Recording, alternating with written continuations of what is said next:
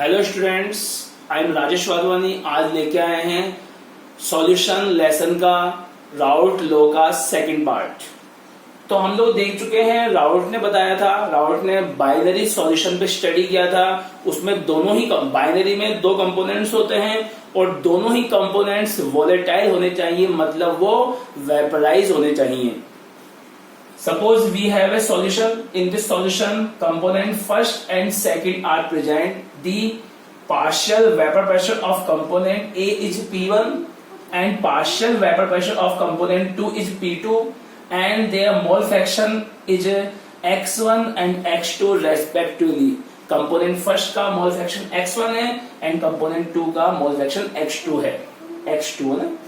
तो राउट ने क्या बताया, for a solution of volatile liquids, हमारे पास एक सॉल्यूशन है, उसमें वोलेटाइल लिक्विड्स प्रेजेंट हैं, द पार्शियल वेपर प्रेशर, ये पार्शियल वेपर प्रेशर है। तो मैं बता चुका हूं फर्स्ट वाले जो वीडियो है उसमें पार्शियल क्या होता है, मिक्स करने के बाद जो कंपोनेंट ए का जो प्रेशर होगा उसे पार्शियल प्रेशर ऑफ कंपोनेंट ए बोलेंगे, और जो सेकंड का जो प्रेशर होगा मिक्स करने के बाद उस सेकंड का जो वेपर प्रेशर होगा उसे बोलेंगे partial vapour pressure of component second. Mix करने के बाद जो होता है उसे पार्शियल वर्ड यूज किया जाता है। तो कंपोनेंट ए का पार्शियल वेपर प्रेशर P1 है और सेकंड का P2 है। तो ये जो पार्शियल वेपर प्रेशर है वो अपने मोल फ्रैक्शन के क्या है, डायरेक्टली प्रोपोर्शनल है। Partial vapor pressure of each component of the solution is directly proportional to its mole fraction. अपने अपने mole fraction के directly proportional होंगे, ये बताया था राउट ने। देखते हैं solution 1 and 2, partial vapor pressure of component 1 is P1 and partial vapor pressure of component 2 is P2.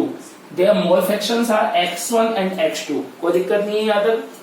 अब हम देख रहे हैं फोर कंपोनेंट फर्स्ट कंपोनेंट के लिए P1 directly proportional X1 and P1 equal to P1 naught X1। अब P1 not क्या है, जब कंपोनेंट फर्स्ट मिक्स फॉर्म में नहीं था, जब कंपोनेंट फर्स्ट मिक्स फॉर्म में नहीं था, प्योर फॉर्म में था, जब सेकंड प्योर फॉर्म में था, जब दोनों प्योर फॉर्म में थे, इस समय जो वेपर प्रेशर था 1 का वो P1 नॉट कहा गया है इसको, और जो सेकंड का जो वेपर प्रेशर है उसे P2 नॉट कहा गया है। मतलब P1 not and P2 not क्या है, प्योर फॉर्म में इनके वेपर प्रेशर से। यहाँ पर पार्शियल वर्ड यूज नहीं किया जाएगा, क्योंकि पार्शियल वर्ड कब यूज किया जाता है, जब मिक्स होने के बाद यूज किया जाता है। ठीक है, P1 equal to P1 naught X1, P2 equal to P2 naught X2। ये P1 not and P2 not क्या है, इनके प्योर फॉर्म में इनके वेपर प्रेशर से। अब अकॉर्डिंग टू डॉल्टन ने स्टडी किया था, P total equal to P1 plus P2, दोनों को प्लस कर दिया। P1 की वैल्यू है P1 नॉट X1 लगा दी, P2 की वैल्यू है P2 नॉट X2 लगा दी, कोई दिक्कत नहीं है। इक्वेशन फर्स्ट ऑब्टेन हो गई हमारे पास। हम V नॉट एट हम जानते हैं, इससे पहले जो हम लोगों ने एक टॉपिक पढ़ा था मोल फ्रैक्शन, उसमें देखा था कि अगर एक सॉल्यूशन में टू कंपोनेंट्स हैं, उनके मोल फ्रैक्शन X1 और X2 हैं, तो इन दोनों का सम कितना होगा, 1 होगा। तो देखिए V naught at X1 plus X2 equal to 1 होता है। X1 इक्वल टू यहां देगा X2 को, तो 1 माइनस X2 हो गया, कोई दिक्कत नहीं है। अब क्या किया मैंने, X1 की जगह ये यूज किया है 1 माइनस X2। देखिए X1 की जगह 1 माइनस X2 यूज किया है, बाकी सब एज इट इज है। फिर इसको मल्टीप्लाई किया 1 से, P1 नॉट आ गया minus P1 not X2 plus P2 naught X2। अब देखिए P total equal to P1 naught, ये रहा, इसको आगे पीछे ले गए। अब X2 दोनों में ही है, कॉमन आ गया, ये आ गया। ठीक है बेटा, क्लियर हो गया। तो हम लोग P टोटल और X2 इनके बीच रिलेशन बना सकते हैं।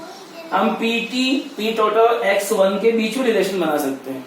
कैसे बनाते हैं, तो हम लोगों ने X1 equal to 1 minus X2 किया, तो ऐसे कर देते हैं X2 equal to 1 minus X1 कर देते हैं। ठीक है, अब ये ग्राफ बहुत इंपॉर्टेंट है, इसको समझना बहुत जरूरी है। समझते हैं इसको, ग्राफ को।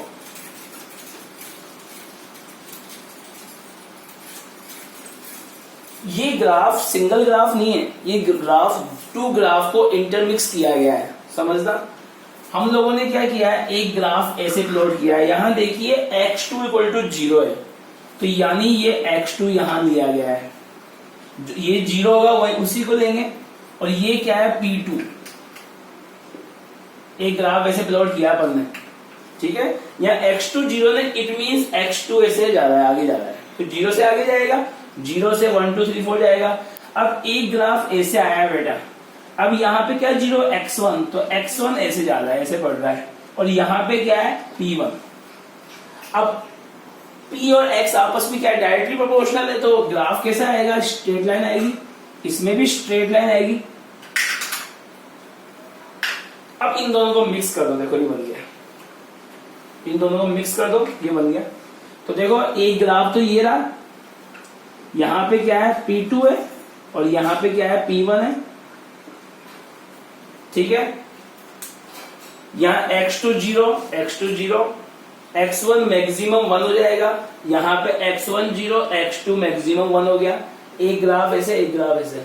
अब एक चीज समझने वाली चीज है कि ये ग्राफ थोड़ा ऊंचाई तक चल गया और ये ग्राफ थोड़ा कम दूरी तक गया है।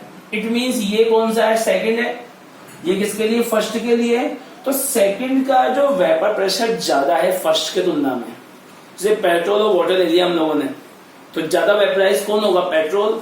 तो यहाँ पे हमारे पास जो फर्स्ट एंड सेकंड है, उसमें सेकंड ज्यादा वोलेटाइल है, इसलिए इसका जो कर्व है वो ऊपर तक आ गया। देखिए इसको ध्यान से, देखिए ऐसे, ये अधिक ऊंचाई तक पहुंच गया, ये कम ऊंचाई तक गया है। इसकी हाइट ज्यादा क्यों, क्योंकि ये है किसके लिए, P2 है, P2 के लिए। तो P2 का कर्व ऊपर तक क्यों गया है, क्योंकि ज्यादा वोलेटाइल है ऐसे। फिर हमने क्या किया, इन दोनों को मिक्स कर दिया, ये दोनों के लिए P total equal to P1 plus P2। एक चीज देख रहे हैं यहां से आप लोग, तो P टोटल है वो किससे कंपेरिजन हो रहा है, x2 से। तो हमने रिलेशन भी ये बनाया, देखो PT का रिलेशन किससे बनाया, x2 से। PT का रिलेशन x2 से बनाया, PT ये रहा, x2 ये रहा, ठीक है। अब यहां पर ये P1 नॉट कैसे हो गया, देखो ये P1 के लिए, तो P1 नॉट क्या है, प्योर फॉर्म में या मैक्सिमम होता है, प्योर फॉर्म में जो वेपर प्रेशर होता है मैक्सिमम होता है यहाँ पे। ये सेकंड के लिए, तो यहाँ क्या आ जाएगा P2 नॉट, ये x2 के लिए, और जब यहां जाएंगे वो किसके लिए, x1 के लिए, x1 के लिए, x2 के लिए। दोनों ग्राफ को मिक्स किया गया है। थैंक्स।